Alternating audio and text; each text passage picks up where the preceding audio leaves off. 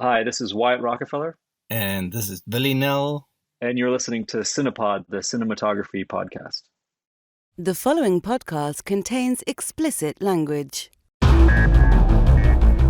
You're listening to the Cinematography podcast presented by Hot Rod Cameras, a program about the art, craft, and philosophy of the moving image and the people who make it happen. Coming to you from the world headquarters of Hot Rod Cameras in Hollywood, California, are your hosts, Ben Rock and Ilya Friedman.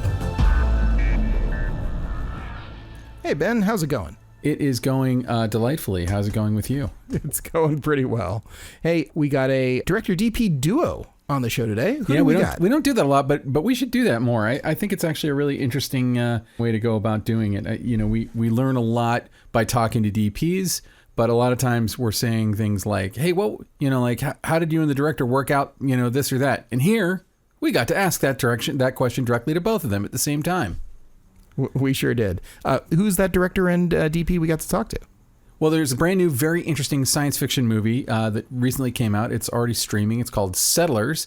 And we have director Wyatt Rockefeller and cinematographer Willie Nel, who I believe was talking to us from South Africa, where they shot the movie.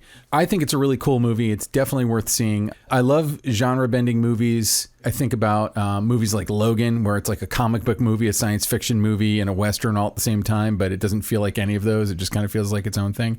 And this is a science fiction movie set on Mars and definitely inspired by every Western and has like kind of plays with a lot of Western tropes, but at the same time, it just kind of feels like its own thing. And it's an interesting, introspective kind of character piece, but it's got, plenty of action and I think an amazing look. I think it's definitely worth everyone's time, especially if you're into science fiction, especially if you're into science fiction that takes an unconventional angle on its subject material. I think it's definitely worth taking a look at. I enjoyed it thoroughly.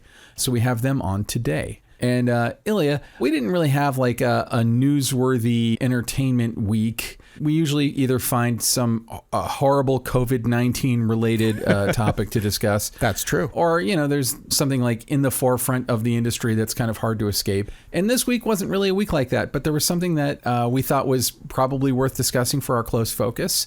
And it was day and date and the impact that day and date's having. And we see it writ large this week as James Wan's *Malignant* came out. And James Wan, he made Aquaman. Obviously, he made the original Saw movie. He's made like a number of outrageously successful genre movies. He's made stuff in and out of the horror genre, but probably most of his movies are in the supernatural, Blumhousey kind of horror world. And his new movie, *Malignant*, did not do well at the box office this week. It brought in $5.7 million, came in third. Shang-Chi held tough for a second straight week. And I have to say, for full disclosure, I have not seen Shang-Chi, so I can't really speak to how awesome it is. I keep hearing great things. I just haven't had a chance to see it. But you know why I haven't had a chance to see it? They did not do a day-and-date release of Shang-Chi, but they did do a day-and-date release of *Malignant*. And especially after what happened to The Suicide Squad, I really wonder if day and date is going to be the death of theatrical. Well, certainly the numbers don't lie. What's happening right now are the movies that are getting those day and date releases are not doing as well at the box office. They're just not. There's a certain number of people who have decided to stay home, and even if they have to pay extra, they're doing that. But those numbers aren't factoring into the box office. So I don't know if it's necessarily the death, but it's certainly not helping. I think that you might see the NATO, the North American Theater Owners Association, really starting to push back on day and date because it takes money directly out of their pockets. It's definitely it definitely seems that this grand experiment may be helping some in the streaming services to get new subscribers or new people, but definitely not helping theater owners. And they're not releasing those numbers, so we don't know if *Malignant's* day and date release had anything to do with new people signing up for HBO Max, nor do we know if that had anything to do with The Suicide Squad. And just this year, we have two more big Warner movies that are supposed to be dropping day and date, and those are the new Matrix movie and Dune. And both of those are, those are event movies that you would go see in the theater. But I gotta say, I wonder how many people will stay home and watch them at home, even though based on what I've seen from the trailers from both, and this has nothing to do with the quality of either movie because I can't vouch for that, but just from the trailers alone, I can tell you that they are both movies that will benefit from being seen on the big screen. We've had Greg Fraser, who shot Dune, on the show, and he wasn't able to talk about it. He was so embargoed. He couldn't even tell us off mic anything about Dune. I was so excited to just even find out if they'd finished shooting Dune, and he's like, I can't tell you anything. But I'm really excited to see it based on the trailer, based on everything that I've seen. But I have to say that if I can just watch it for free, I mean, like, there's no cost to just watching a movie on HBO Max if you're already subscribing to HBO Max. When they released Cruella or Black Widow, it was on Disney Plus, there was a $30 upcharge. So there's still a little pain involved in being the first person to see it. Not saying that it should be painful to see movies, but you get my point. I do indeed. I'm not sure what's going to happen here with the future of day and date, but I have a feeling that there's going to end up being some sort of pushback from the traditional business model based around theatrical, and there's going to be some encouragement of it continuing, probably from streamers and folks that never had a theatrical model at all, like the Netflixes of the world. They really want people to they want to generate their money through people subscribing to Netflix. So as far as they're concerned, if they can do the bare minimum to get their Academy consideration and still just get it onto their platform as quickly as possible, I think companies like that are going to do it. I think some of the other players there probably have some divided loyalties, and I don't know if we'll see it play out the same way. Well, I'm just kind of caught, probably like a lot of people, where it's like the convenience of watching something at home is tough awesome. to beat. Yeah, tough to beat. But it really is. But also, I love the theatrical experience, and I don't want to lose the theatrical experience. And I feel like this might be the death of 1,000 cuts of the theatrical experience if we have enough day and date releases. Like, I understand for most of last year why we would put stuff on streaming, because it wasn't safe to go to theaters. But it's becoming reasonably safe to go to movie theaters again. People are going to movie theaters again, and I actually think if you look at the Shang-Chi versus Malignant, not that those are one-to-one, but like, look, also Candyman, which is not streaming anywhere. When you see that, it's hard for me to say that I absolutely would have seen the Suicide Squad one way or the other. But because I have a 3-year-old son and I don't get out very often, I saw it maybe the way that that doesn't benefit the filmmakers as much. And I don't expect audiences to vote with what will help the filmmakers. They don't care. They just want to see the movies when they want to see them, where they want to see them, which is why these windows have existed for all this time. You know, it was basically how you could go make a $250 million movie and then pull a profit off of it, was by making an event and, you know, making maybe your entire budget, maybe way more than your entire budget in a theatrical run. So anyway, I'm concerned for the future of the movie-going experience, which I treasure personally, way above the sitting at home and watching movies while checking my email experience. Yeah, I think at least in California, it definitely still feels a bit odd to be going out to a theater. I think that might change in the nearish future, and by nearish, I mean 12 to 24 months. I don't know. In the next 2 years, you might go to a movie. No, I mean, I haven't gone to a lot of movies, but I've definitely been to a handful of movies. And the theaters are going out of their way to be very sanitary and clean. And that's been, and I've gone to a few different theaters, and I feel like the movie theaters themselves are doing a great job. But I also, again, like, I wouldn't tell you or anyone else who felt unsafe about it that you should feel safe. I just want to say, as someone who even had COVID, and as someone who has been very paranoid about getting it, and someone who has yet to go to a sit-down meal inside a restaurant in the last 18 months, I feel reasonably safe going to not jam-packed movie theaters. Yeah, I get that completely. All right, well, why don't we get to the interview with the creative team of Settlers? The Cinematography Podcast Interview. I am here, across our continent and around the world with director Wyatt Rockefeller and cinematographer Willie Nel of the movie Settlers, which is already out on VOD. You can see it right now and in some theaters, and it's going to be coming out on Hulu in the fall. Thank you guys for coming on. Thank you. Good to Cool, be here. absolute pleasure. Yeah, it's so exciting. Ilya and I sometimes talk about stuff like this. It's so exciting to see something that just feels like an original story that doesn't feel like it's pulled from any other IP, or if it is, it's something I haven't been inundated with my entire life. You know, it's not nothing against James Bond movies and superhero movies, but it's great to see something that's kind of an original, cool sci-fi movie. So Wyatt, why don't you start? Can you just kind of give us the elevator pitch for the movie? So it is about a young girl and her parents living on a homestead on the remote outskirts of Mars. Mars as it may be one day when we're in the process of changing it to be habitable.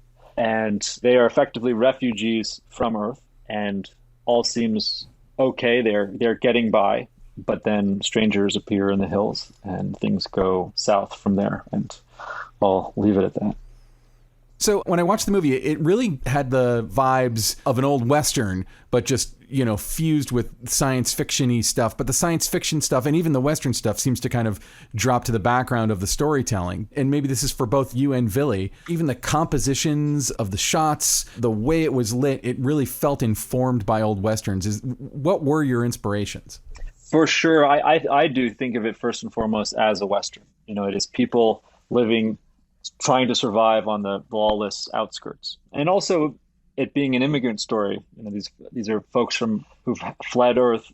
I think Westerns are almost always immigrant stories. You know, they are about people building new life in an often hostile place.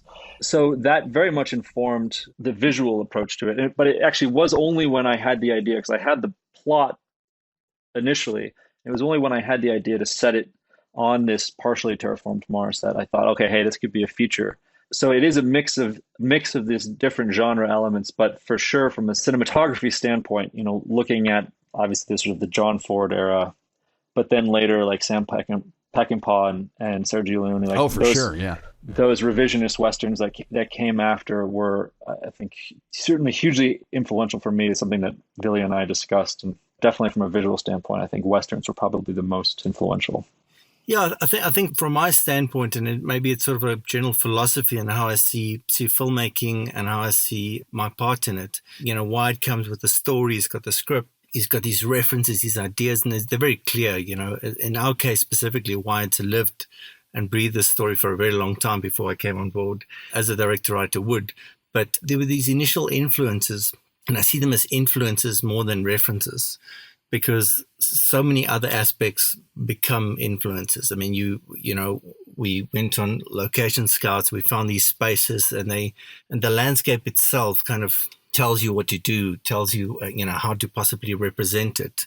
You know, you touch on other films that might have some cues towards Mars or represent Mars in a certain way, but you quite quickly realize you should touch on it to see what people have done, but quite quickly you're going to back away from it and just represent the film as what the film wants to be in its own right. And so there's clearly a Western influence. There's a house on a hill kind of feel to it. But in essence, the story demanded that in its own right.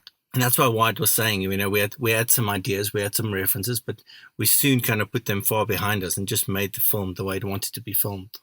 I think that's a good point and something worth drilling down on it, because we are working in genre, that we were very aware of not only people's, you know, the popular imagination of what Mars looks like, but also sci-fi in general and Westerns in general to a certain extent, that there is this vocabulary that we wanted to chart our own course away from, but also be in dialogue with. Because I think if you get too far away from what people think of the future, you know, or what it'll be like on another planet, you risk breaking that thread and people feeling, oh no, that's not going to look anything like that. And so it was important to be aware of what we were, even if we were breaking away from something, being aware of what we were breaking away from.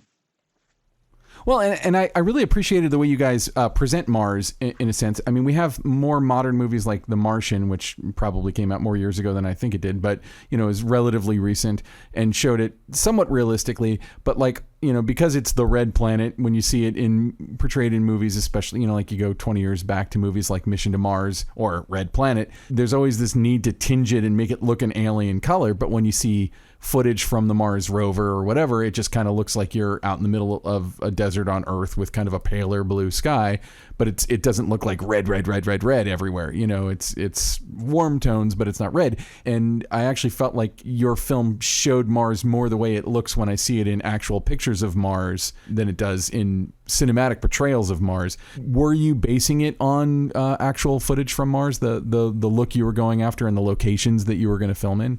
Well, I think the one thing I would say is, I mean, we all had representations of Mars in our mind, whether it's sort of a graphic novel or some filmic references. But I truly felt that some of those references are kind of like they're like stamped or like inked with like an orangey overflow, and simply to my eye, that's just not appealing. I mean, maybe for if it's a couple of scenes that's part of a film, but for an overall look, that's really going to deplete the eye of like visual interest. So that was one sort of like sensibility, that was ever wary of. But we had some logic applied to the whole process. We looked at images from like Mars rover and any images we could find that seemed to represent it better. But there is also the logic of being trapped inside their globe, inside their dome. Sorry, that's the word. Biodome. Yeah. Yeah. So biodome. Sorry to polyshore it. Anyway. Yeah. So because we trapped in the dome, we sort of like imagined the simulation of what this dome's texture would be, what it could be made of. But if you imagine any kind of dome and structure, whatever the material is, there's refraction of light, and there's many possibilities at that point. And that did give us a sense of freedom of how to either color it or uncolor it.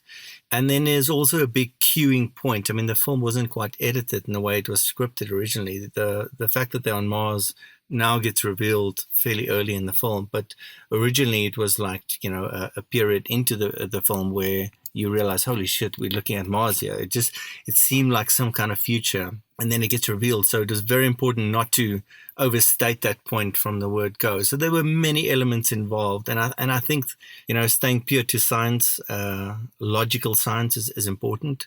But I think what's more important is like the film itself and just telling the story. I mean, I kept telling friends or family we're shooting a family drama for the most part. Happened to be set in Mars, happened to be in the future, and they happen to be trapped. And then, there's Western elements and all sorts, but for the most part, it's the little family structure dealing with whatever the issues there are at the time. And I think by overstating a specific element, I think you would do a disjustice to it to some degree.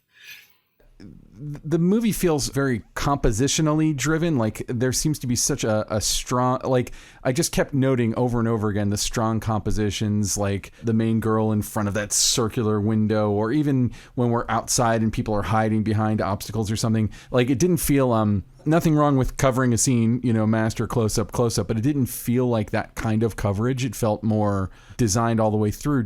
How did the two of you come up with the visual approach for how you were going to do it? And maybe I'm wrong, but how specific were you talking about composition from the beginning?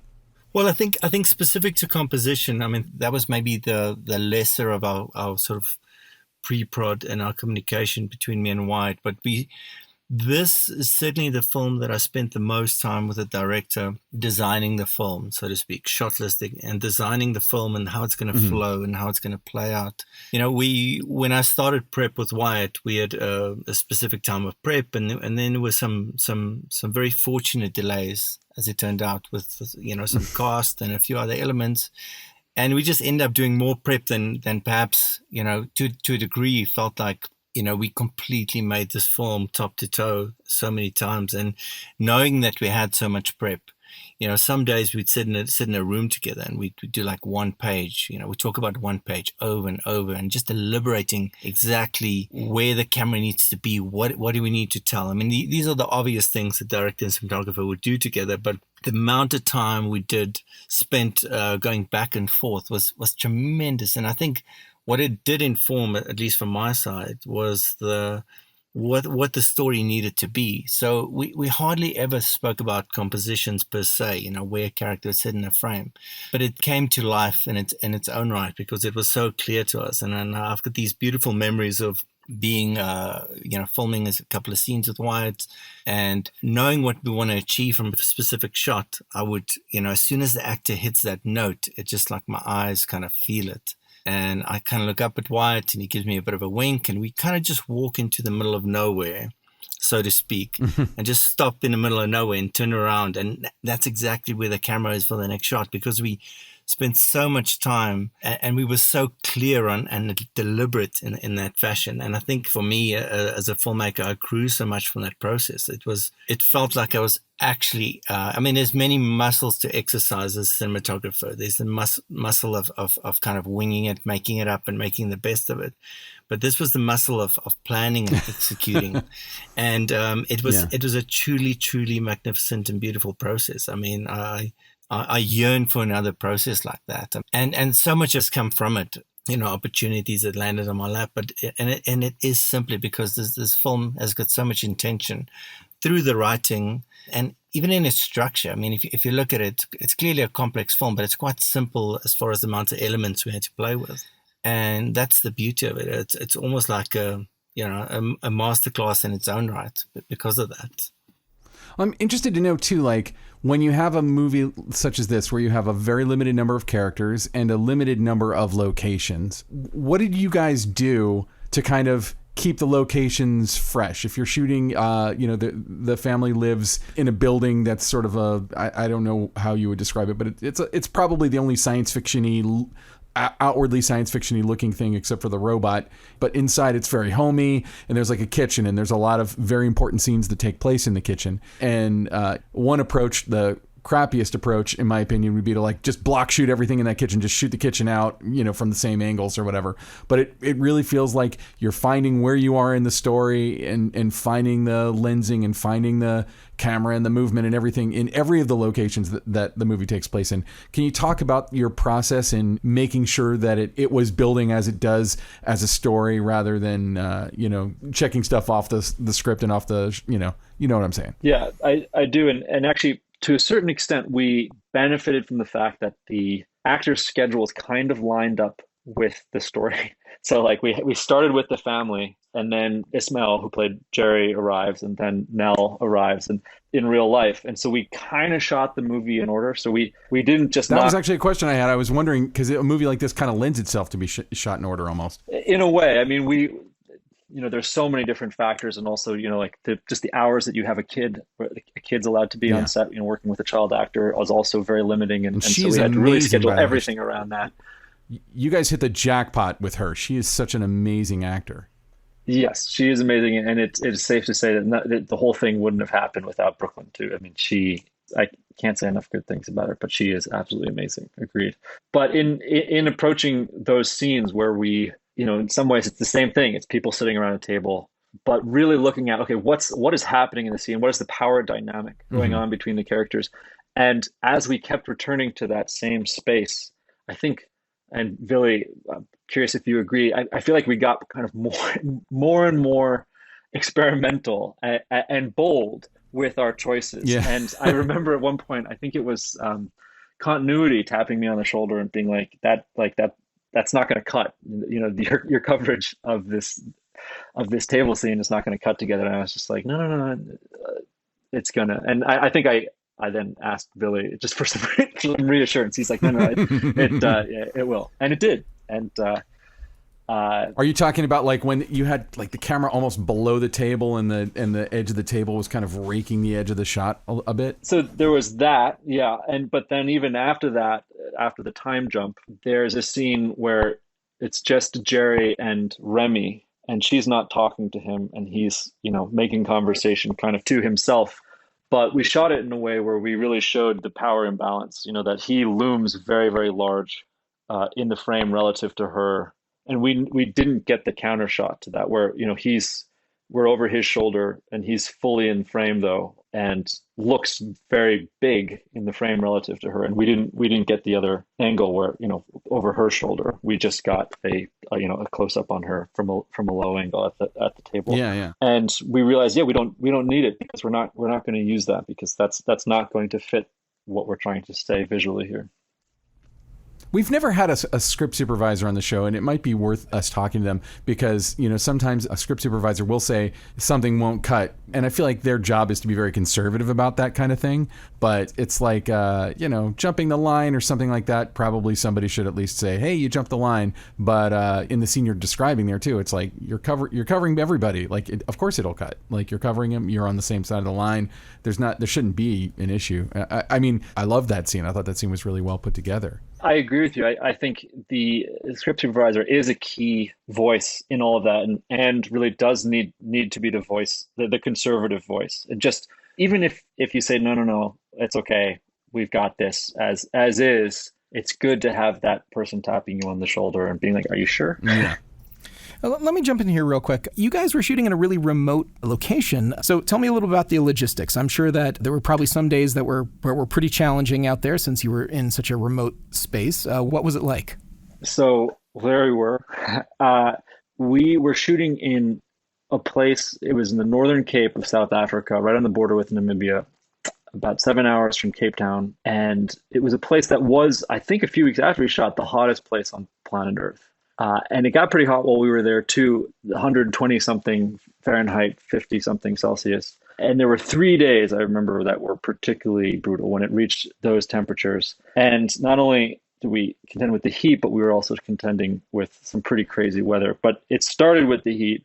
Our actress, Nel Tiger Free, had heat stroke, basically. Then her double got heat stroke. And so Julie Fabrizio, who's one of the producers on the film, and my wife as well, she came to set in a wig and costume, and she is in a couple shots of the movie, including a big wide of Remmy sitting on the edge of the hill overlooking the homestead, and then immediately afterwards fled with our 5-month-old son and her mother, who had flown 30 hours and driven 7.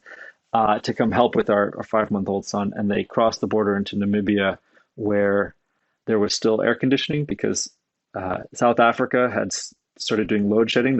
So they were periodically turning off the power, which was a no-go for our infant. And meanwhile, while they're now fleeing across the border, Willie and I are still shooting, and we were up on a hill with the full crew, and we look over our shoulders, and here comes a lightning storm in a place where it does not rain. And it hasn't rained in like 10 years.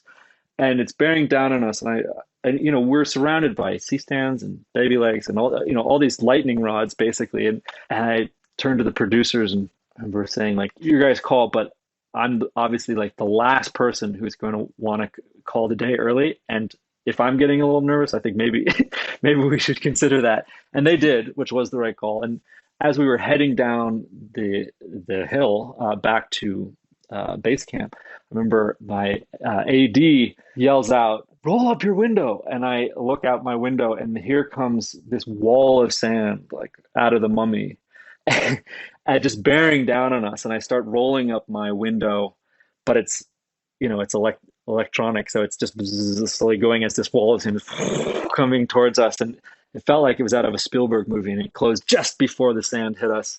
And then when the rain came, there was this all hands on deck moment where we all had to rush to set and, with buckets and save it from collapsing inward. But fortunately, we had shot most of our interior scenes because the ceiling did start to bubble, and we were able to shoot around it. And fortunately, too, we had wrapped our 9-year-old Brooklyn Prince just the day before. And so that was our biggest concern, is that she would have to contend with the heat. So we avoided the worst. And throughout that whole thing, morale actually improved. And that was the most remarkable thing, is not only because I think the producers prioritized everyone's safety and made changes to the schedule in order to accommodate, the cooler times of day, but we all got through it together. We all spent a long time on a hillside together where we couldn't sit down because the rocks were too hot. And yeah, coming through I think those experiences really do bring people even closer together. And so it carried us through to the end of our shoot. Good story, Hansel. Sorry, go, yeah, jump in. No. So I guess I'm going to overlap some of that because, I mean, to my memory, what you find in Fjolsdrift, which is, as Wyatt said, is practically the hottest place on earth on certain days is, beautiful sunny days, and that's about it. And, when the storm pulled in, when this dark cloud pulled in, it felt more like a dream than reality, because it made absolutely no sense to anyone. And no weather report predicted this. And so when driving out of set, there were many people that drove straight out, run for the hills. But I remember driving to set and sitting in my car, watching our set melt pretty much, because the one thing it was waterproof, because there was no need for that situation. And then running inside and seeing all these sort of like bubbles, the paint peeling, water leaking from every possible orifice. But the blessing on the other side is that once again, come the next day, you're in the hottest place on earth again, and that baby dried up real quick. The most beautiful part was, I had so many sort of nightmares and stresses about continuity and so forth. But when watching the film, there is a time jump, and there's a deterioration jump, so to speak. And a lot of things we filmed in the second half simply could not be art directed. The texturization and the kind of paint peeling and the paint runs certainly added to the story. So, yeah, thank you, Wyatt, for that story. It sounds like the logistics for this movie were pretty incredible, and they were something all to themselves, and I'm glad you guys survived. I think it's great, and you ended up with something wonderful to show for it at the end. That's terrific. Well, thanks. And I would just say that really credit is due there to the producers and to production. That it was logistically incredibly complicated, and even the things that they couldn't fully control or weren't able to provide fully, like Wi-Fi, it was clear to everyone that they were looking out for everyone, that they were prioritizing the crew and the cast and their well-being and their comfort to the extent that they could. And that, I think, makes all the difference, that people feel like they're being valued. I was really impressed with your robot. Your robot, I'm sure it's a combination of practical, physical, and computer, but it's really well done. And I got to say that sort of the relationship between young Remmy and the robot is sort of like this interesting, it's her only friend in some ways. And I really enjoyed aspects of that. Can you talk at all about the robot? Was it a pain to work with? Was it easy to work with? How did you guys do that? So the robot, or Steve, as we call him, was this just amazing process. It was a process that, I've wanted to make movies since I was 11 years old and used to devour books about ILM and Weta Workshop, and just like all their prototyping and to actually get to do that process. And you're exactly right. It was a mix of VFX and puppet. So it was this very long and intense collaboration between the VFX artists, the puppeteer, the creature builders, to figure out not only what's this guy going to look like, but how are we going to execute him consistently across all departments. And the starting point for me, it basically was like the form needs to follow the function. We need to really nail down what Steve does, how he fits within the larger terraforming operation of this homestead, and then have that dictate what he looks like. He started more as something closer to the Mars rovers as they are currently on Mars. So wheels and, a long neck, and they actually look a lot like Wally. So that was already an issue.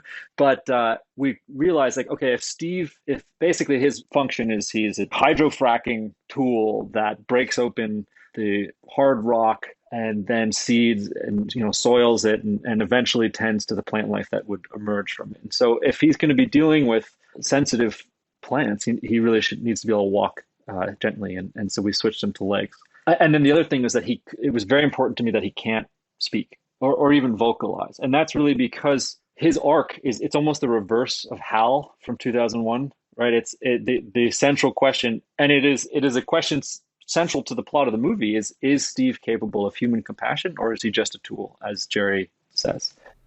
Well, it's a real challenge to make an inanimate object a character in a movie. And I also feel like, sometimes we go too far and make it too cute or whatever. But I love the way you're describing kind of the inscrutability of it, because you really don't know if it's a friend or if it's just a thing, yep. An object in their space. So that's really awesome.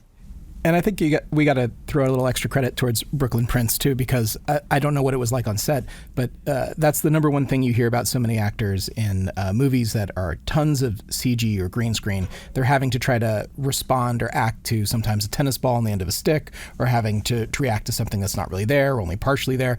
And I know she's getting a lot of praise. I mean, her career is incredible in just this short period of time, and I'm sure it's gonna go on and on and on. But like, I know she was doing Home Before Dark around the same time as this, so you probably had to like just squeeze in your movie kind of like between seasons of that. So I'm sure that was like all threading the needle and shooting in summertime in South Africa. It's great that you could somehow make the planets align, literally, no pun intended, no pun intended though, that you could like get this done in that short period of time. So after now having done this Western sci-fi, what's sort of next for you? Do you feel like you are into this genre and you want to continue? Are you going to go something out of left field? Which way are you going to work next?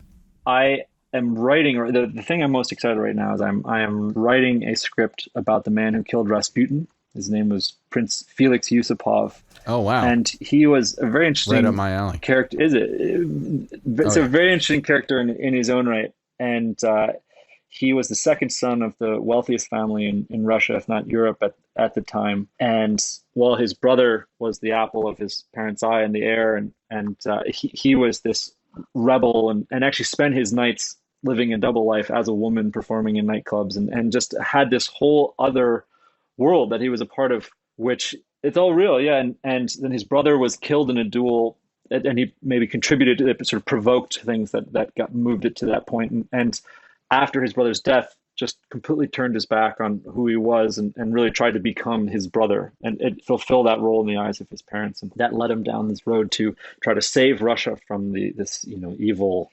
sexual deviant Rasputin. That was at least the myth about him. And the story that I'm telling really takes place the night of the murder, at least the first two acts do. And it is, might describe it as sort of a tragic comedy about this guy who is trying to kill, is at war with himself. He is trying to kill this part of himself that he's come to believe is abhorrent.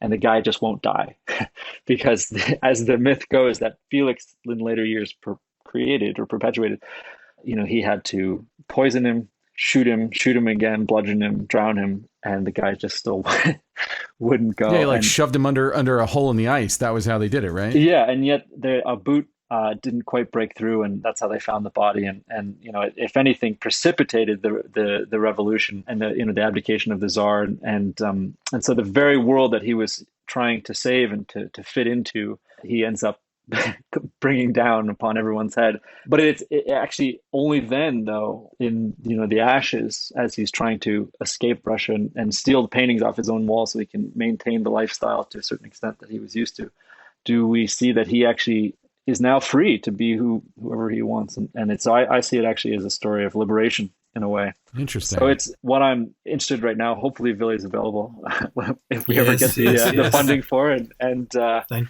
you. Yeah, I think it'll be a fun one. Yeah, that sounds cool.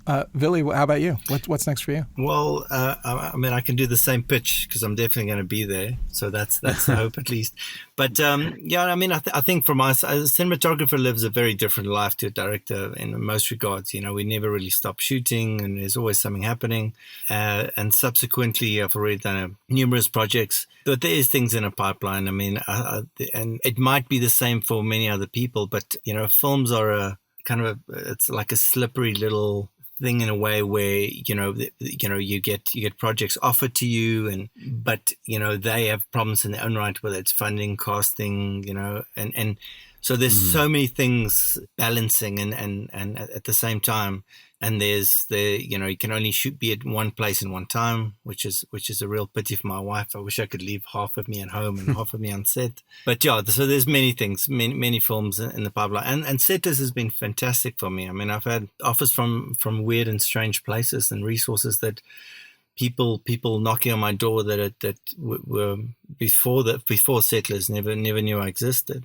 So it's been a wonderful process for me and for a project to show A, what I can do, but B, allowing people to invite me to have another experience like that.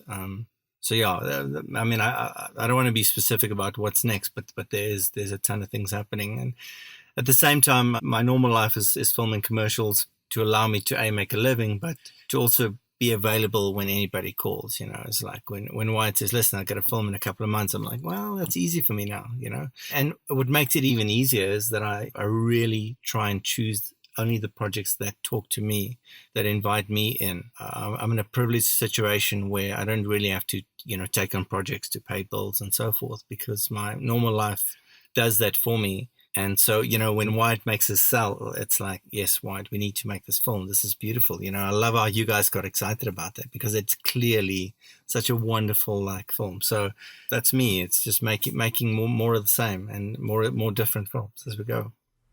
Well, I think that's a great place to leave it. Where can people find you guys online? We'll go with Wyatt first. I'm private on Instagram, but Twitter is at W Rockefeller. Cool. And Willie, where can people find your work? Do you have an online reel or Instagram or something where people can see your work? It's willienel.com is my website, and Instagram handle is Willie_Nel_SASC, which is the South African Society of Cinematographers.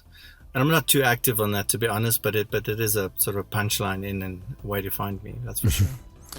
Well, cool. Well, so we just want to encourage anyone listening to this, check out Settlers on VOD. It's out right now, and it will be on Hulu this October. Thank you guys so much for making the time, and really enjoyed your film. I'm really looking forward to whatever you do next, especially if it's about the man who murdered Rasputin. That's an exciting story. Yes. Well, thank you guys very much. It is a real treat to be on this show, and appreciate you having us on. 100%. So that was cool. I think we probably should try and get more director DP combos on here, or maybe DP production designer combos, or DPs and editors. If you notice, I want to have cinematographers on, but it might be interesting to see the other people who they are interfacing with. I mean, obviously nobody talks to the DP more directly than the director, except for the gaffer. Oh, well, we did just have the team from Beckett on, which was great as well. So that's true. That's true. So we got a small trend going, and I hope to keep it going in the remainder of this swing through 2021. And now, short ends. Anyway, so Ilya, it is our patent pending short end segment. What is your pet obsession this week? Well, I get asked by a lot of people about NAB. NAB has been traditionally the largest trade show, specifically for the motion picture and television industry. I love NAB. NAB is a lot of fun, but it is exhausting. For technology. And the three sort of like largest, I'm going to say by booth size, three largest. Can I guess? Yeah, go ahead. Panasonic. Yeah. Sony. Yeah. And, so the third one. Oh man, Canon.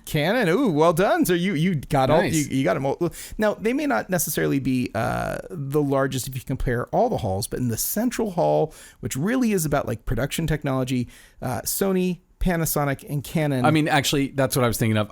If I was thinking with my actual brain, I would have said Adobe, but Adobe takes up a pretty big footprint there. There's definitely in the South Hall. There's sort of a different bent of booths, but in the Central Hall, those three manufacturers take up a huge amount of real estate, and all three of them have now announced pulling out of NAB 2021. Wait, all three? All three of them. And they're not the only ones. A lot of other smaller companies have also said they're not going to go. It's like, it's Canopus's time to shine.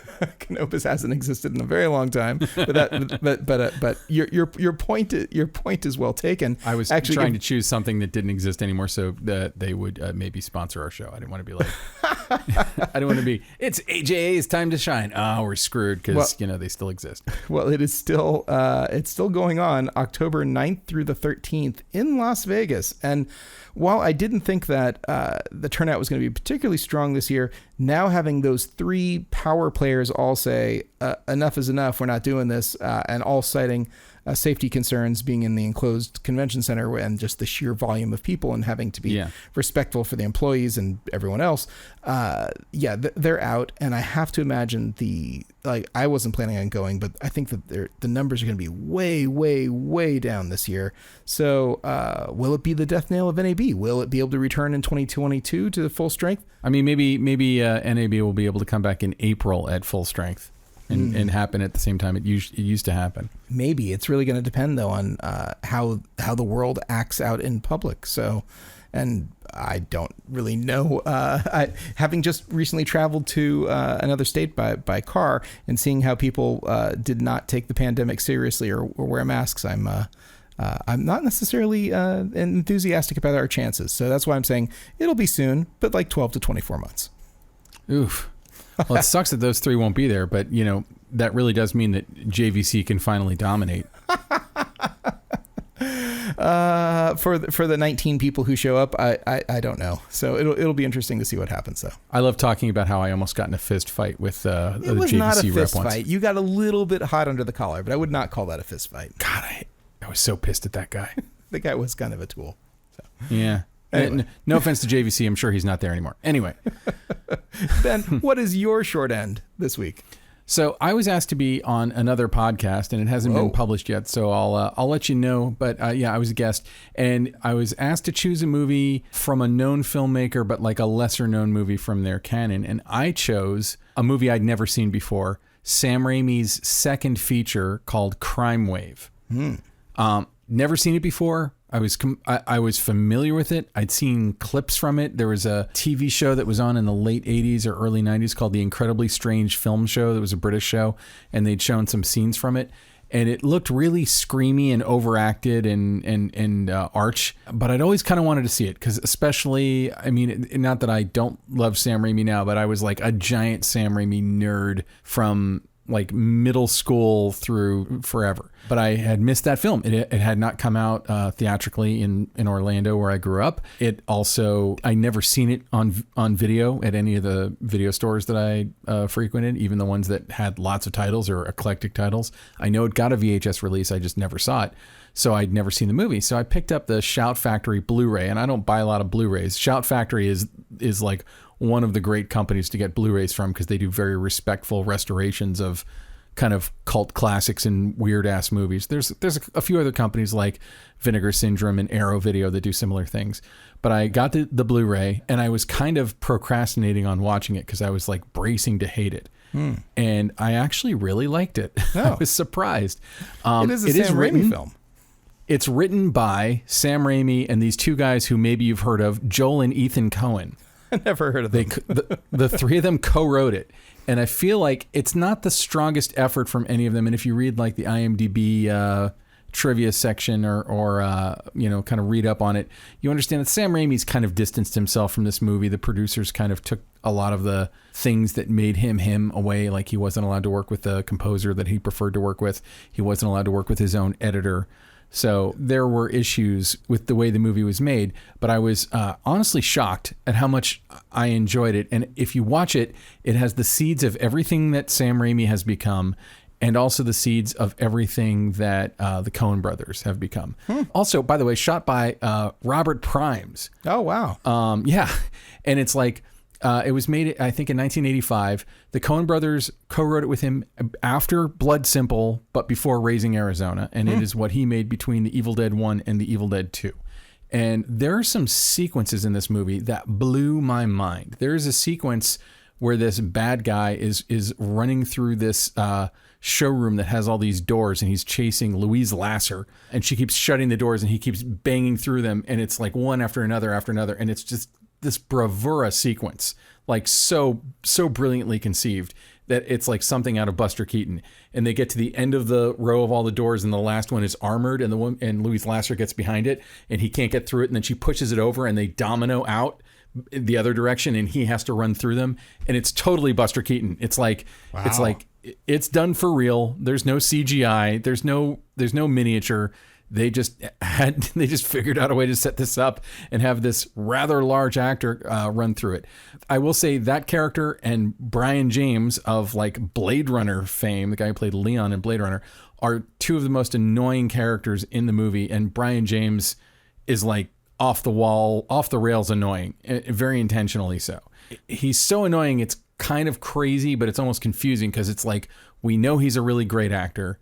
And for whatever reason, I don't know if it was the directing or whatever choices he made, it's just odd. But it's kind of an homage to screwball comedies and Tex Avery cartoons. And then on top of that, you kind of have Sam Raimi in his look at what I can make a camera do mode, which is sort of, the first third of his career was like just doing insane shit with cameras. And somehow if we ever get Bob Primes on the show, I want to ask him about this because it's bonkers what they're doing with the cameras. The lighting is like right out of Suspiria. It's very colorful and crazy.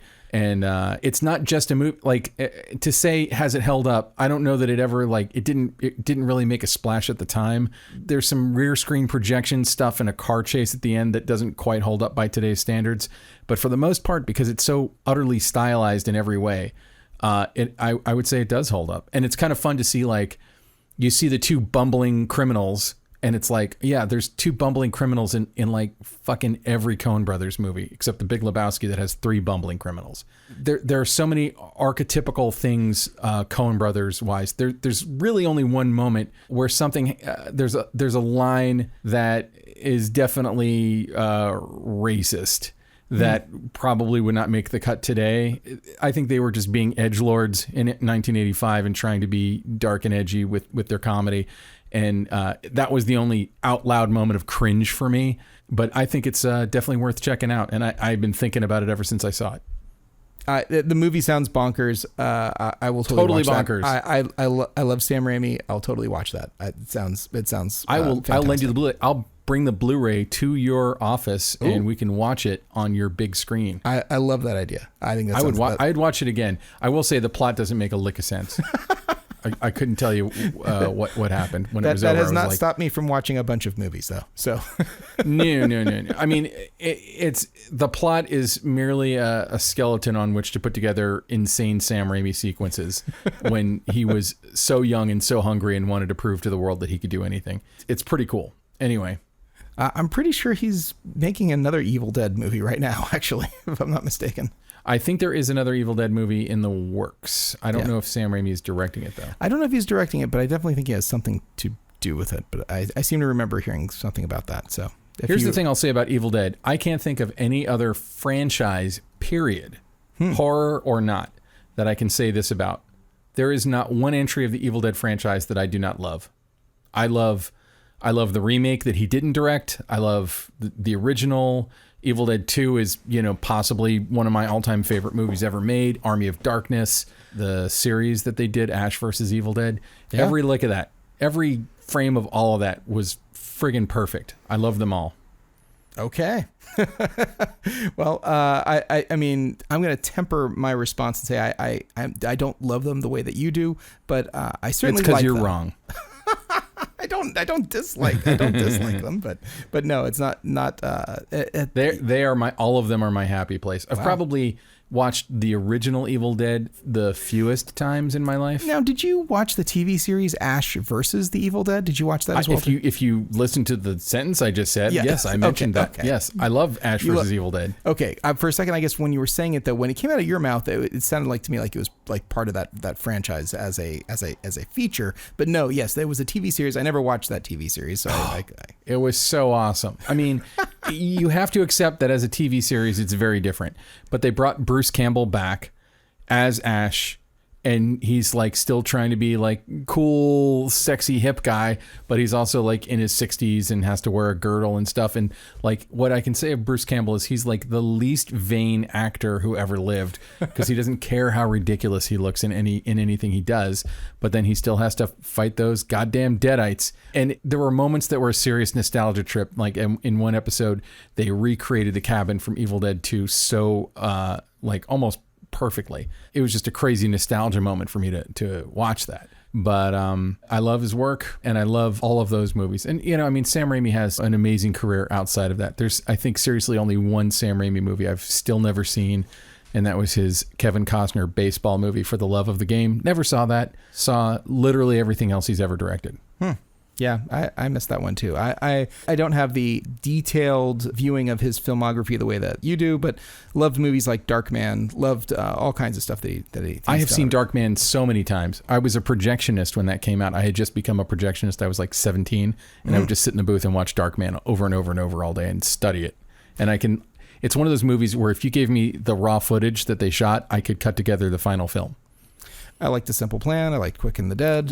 Yes. I mean, I've really... The Gift is really good. Like A Simple Plan to me is like where his career turned because it was the first time that his movie was not about all the crazy shit he could do with the camera. It was about characters, and it was kind of quiet and still. And I feel like that was probably what convinced the studios to give him Spider-Man, because it's like, okay, well, he can do the character stuff and he can do the visual stuff. Like, he's kind of the full package. Indeed. Extremely talented. Love his stuff. Can't wait to see what he does next. Huge fan here. Ben, I think that just about does it for time. Where can people find you? If they want to get more Ben Rock, where do they go? Go to my website, which is benrockonline.com. And if you scroll to the bottom, all my social media stuff is there. You can click on it, check it out. You can see my newest reel, which doesn't include any of the audio work that I've done. But luckily for you, all of Video Palace is also on my website. So you can just click that tab and listen to Video Palace. And the thing I'm about to do, maybe one day, actually, you'll never be able to do it because it's behind a walled, behind a wall of pay. Yeah, I don't think I'll ever be. I'll be able to link to where you can pay to listen to that one, I'm sure. Anyway, nice. Ilya, where can people go on the internet to find you? Well, you can find me at most of the usual sort of social media places at Ilya Friedman. That's where I'm at. But if you want to find me in reality, in life, in a place, I'm at Hot Rod Cameras, sponsor of the show. Basically Monday through Friday, sort of normal-ish business hours. And if you have any interest or need camera equipment, hit me up. I'm happy to consult for whatever you've got going on. We love to hear from listeners of the show. And if you come into the shop, there might be a free t-shirt or hat in your future. Ooh, that's pretty sweet. Free merch. Yes, free merch. Let's thank some people. Ben, who do we have to thank who make this show possible? I mean, the number one person who makes this show possible is definitely Alana Cody, who is our producer, our very intrepid producer, who has set up the interview that you just listened to, and several awesome ones that are still that we have already recorded. They're already recorded. But we'll be dropping them in the weeks to come. We should also thank Ben Katz, our intrepid editor, who makes us not sound like the doltish, fumfering idiots that we are. And you know what? We're going to have to call Kay's Al-Atrakchi intrepid as well too, because it's just everything. Everybody's intrepid now. It's all intrepid. Did I call them both intrepid? You did. I think I said once that I adored both of them, so there was a lot of adoration going on. It's just poor writing on my part is to use the same superlative twice. Well, Kay's is very intrepid though, so I'll definitely have to include his intrepidulity in this. Thank you, Kay's, for all your amazing music, and we got to get him on here because now that the cat's out of the bag and we know that he listens not every week, but not infrequently. Oh no, I bet it's every week. He'll direct message me his opinion about whatever we talked about, and I think we should just get him on the show to talk with us. Yeah, I mean, we know he can record on his end. Let's get our Kay's Al-Atrakchi special panel episode, get a couple other people on. I think it'll be a lot of fun to get them all yakking about stuff. I'd love to get who's the anti-K's. We shouldn't say this on the show. I'll have to figure out who the anti-K's is that I can get. I mean, I have one idea, but it's not someone who I would want to talk to. Okay. Who would I want to talk to? Who's the anti-K's? Got to get that person on there. I want to just hear him argue. He loves to argue. We'll figure it out. Either that, or we can all take turns playing devil's advocate against K's, because he's got some strong opinions too.